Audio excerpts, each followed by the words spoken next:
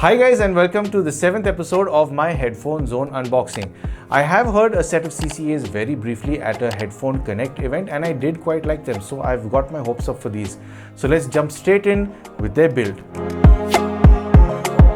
These earphones have a very similar finish and design like KZ Acoustics IEMs. These have a chrome finished zinc alloy faceplate which can be a fingerprint magnet, as all chrome surfaces are. The housing of the earphones are made of a see-through resin and the cavity looks quite empty considering it has just one driver compared to some KZ IEMs. The cable terminates to a 2-pin connector at the earphones and a 3.5mm auxiliary cable at the other end, so you can connect to most of your devices. The ear tips are relatively soft and comfortable to wear over longer listening sessions. You do have a very familiar looking control pod which is very similar to the last two KZ Acoustics earphones I used. So this does have your answer and end call or play pause your audio, and the other side of it has a little microphone so you can connect with your gamer buddies or answer and end calls. So there's only one way to see how you would sound to your recipient. This is the CCA CRA, and this is the kind of audio quality you can expect through your microphone for your recipients to hear over phone calls or while they're gaming. Now, despite this being CCA, it's got the same cable, or should I say microphone, that looked very similar to the other KZ Acoustics ones that I've tested. So I don't expect there to be a difference.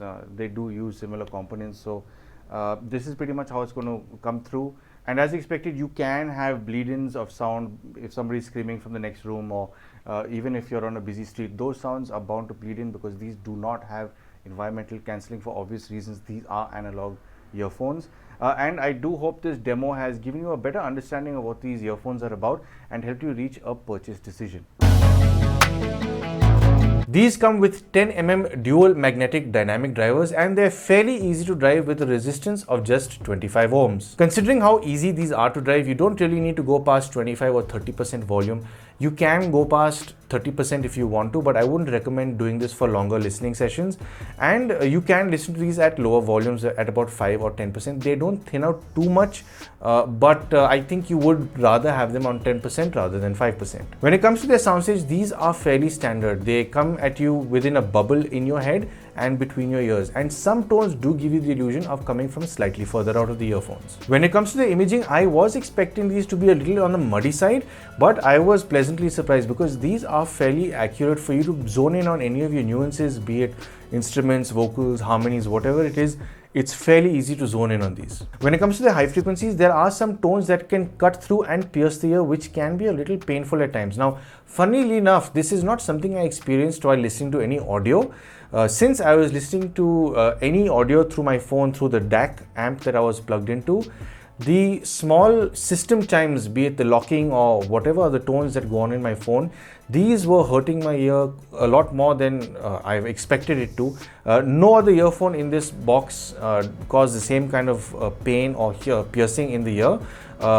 I found this really odd, but the audio does not have this effect. Otherwise, the higher frequencies do stay soft enough to enjoy. Even big band music. Listening to Something Stupid performed by the father and daughter duo Frank and Nancy Sinatra, the violins, trumpets and percussions stay clear of hurting the ear. And this audio, despite being decades old, is quite enjoyable to listen to. These reproduce this range quite well. The lock and open notifications, this is quite odd though. Mid frequencies tend to have a slightly recessed lower mid range, but the male vocals do still tend to sound rounded. Something that's commendable is how well these separate independent vocals and instruments. This is obviously thanks to how they image and how this range is tuned. There is a very clear separation between voice and instrument with these. Listening to an acoustic version of Lost in Love by Air Supply, harmonies and guitar work remain as their own entities, and at no point do they merge into one another. There is no confusion here between any of these frequencies. Lower frequencies handle themselves with a sense of confidence that I didn't quite expect, considering these have one driver, especially when you compare it to the KZ Acoustics, which have multiple drivers which are handling various frequencies independently. Despite having just the one driver and being energetic with bass, it doesn't intrude on the mid frequencies, leaving them undisturbed. The bass region is elevated compared to the mids, but there seems to be an even higher elevation in the sub-bass region. Listening to Muse's Madness, it elevates the sub-bass region, giving this track the much needed roundedness it usually doesn't get with some thinner sounding earphones. Having this elevation is bound to make movie and gaming consumption that much more fun as well. So to sum up, when it comes to their build, these are put together really well. I did mention that you could see the glue on the previous earphones that I reviewed. On these, there's no sign of any glue on the inner housing despite being see-through. The one thing I don't like is the faceplate because it's a chrome finish, so it is a fingerprint magnet and it can develop and show a lot of scratches over time. And when it comes to their sound, they are very well balanced with terrific separation in their mid-range. The combination of their imaging and mid-range is absolutely spectacular. These might just be the best single driver tuning I've heard when it comes to any of these earphones. They handle themselves very well, and the guys at CCA have definitely done a terrific job with tuning these. And yet again, I'm left stumped considering how much these cost. I just can't believe that beginner hi-fi can start at this price and these cost as much as they do with the sound that they have. So how much do these cost? Well, at the time of recording this, their MRP is 1,499.